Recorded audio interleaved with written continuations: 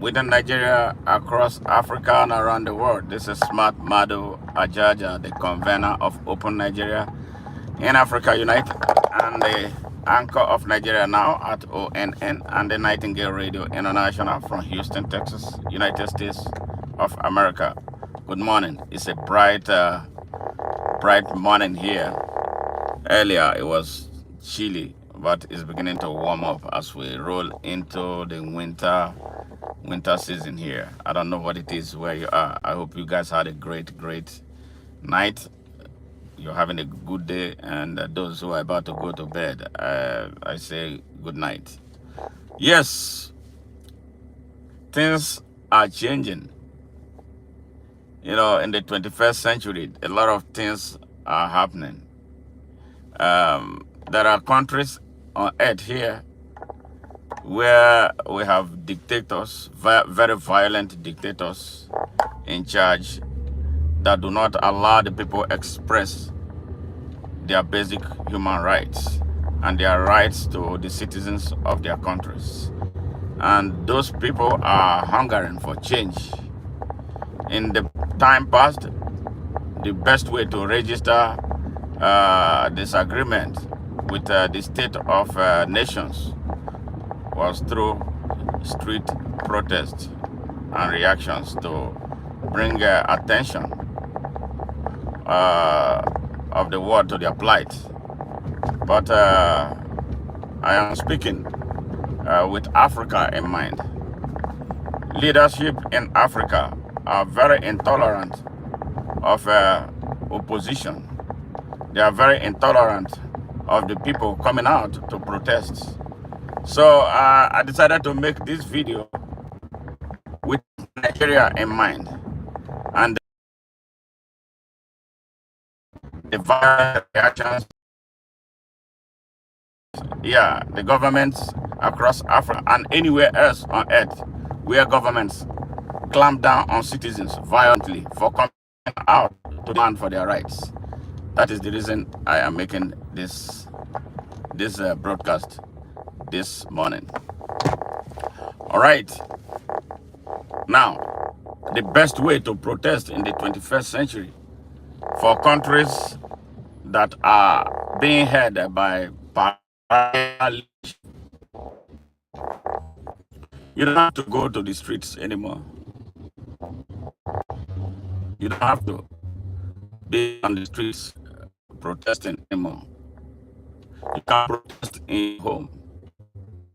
You can protest to change tactics about how to protest. You protest at home. Protest within your reality.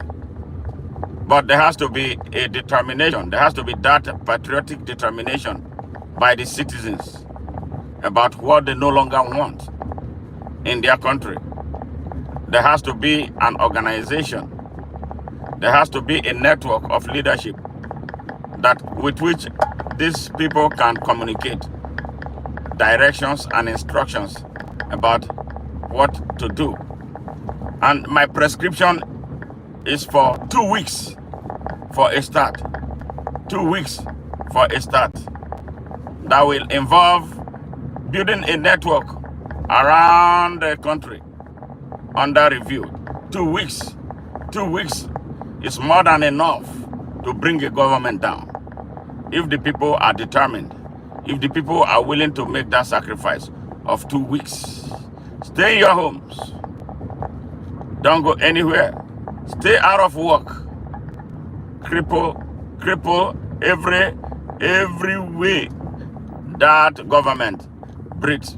Take away its oxygen away from it without lifting one finger inside your house. When they deploy their army will not find anybody to kill or arrest.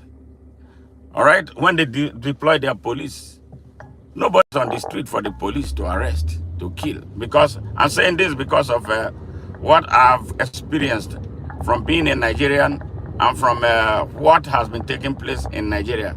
That the people of Nigeria have been cowed so badly that they can't even come out to protest, even when thousands of their fellow compatriots are dying every day. So there got to be a new way of doing this thing, and then still getting the same result, even better results, without letting blood, without anybody being shot, and without people being murdered. So I thought I shared this. One, first step, there has to be a reason for the people of any country, in this case Nigeria. There has to be a reason. There has to be a unifying reason why they must rise up silently in their homes and achieve the same stellar results. Yes, there has to be a reason. Now, insecurity. That in the case of Nigeria, there's much more than one reason. There is insecurity in Nigeria. All right, there is hunger, and that is food security. All right. Yes. All right. So there has to be that reason for you to want to do what you want to do, to eject what you don't want, to send a message to dictators and tyrants holding a country and its people hostage. So once you determine that reason, there has to be a leadership. The leadership may be open or silent, but strong enough to be able to relay information, pass information down the line, giving the people instructions about what to do. Yeah, because what is required, for instance, in Nigeria now is an underground movement, an underground network, working to liberate their people without exposing them to unnecessary loss of lives. Because Nigerians, for what I see now, have become so afraid. We love life so much in Nigeria, which is not bad. We don't want to make sacrifice that will set us free. So I believe this is a new way of sacrificing while you are inside your home. For the 2 weeks, stock up your house with food. Stay within your neighborhood. Stay in your locality. Don't go out. There is no more need for street protest. Stay in the house, but determine for 2 weeks that you are not going to do anything. I tell you, within the first week, there will be a crack. There will be a crack in the system, and there will be confusion from within the ranks of those oppressing you. And the rebellion, the true rebellion, will start from within. Yeah, so if you are an organizer today in Nigeria, I have spoken with so many of you in both the distant and recent past. I have made recommendations looking at the dangers our people face whenever they come out to do street protests. We don't want our young people to be dying. I am personally not a fan of street protests, but it succeeds in other countries. It has succeeded in a lot of countries. Chile is a case in point, where the people trooped out and they told the government that they don't want it anymore, and they brought that government down. But we can use a 21st century approach without being on the streets, being in our houses. We are able to, if we're able to drink some water, that's fine. For 2 weeks. 2 weeks, shut down the country, shut down everything. And without you making yourself available to work. You don't have to go to work. If you are determined to do this, and there's an organization championing this, that everybody will relate to, everybody will listen to directions from them, an organized direction, from them that will pass down to the functional unit of the country. I don't know how any pariah will survive that.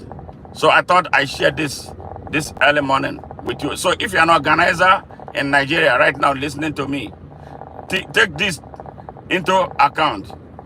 Those who truly want change in their country, those who truly want to end the killings in Nigeria. It's too much.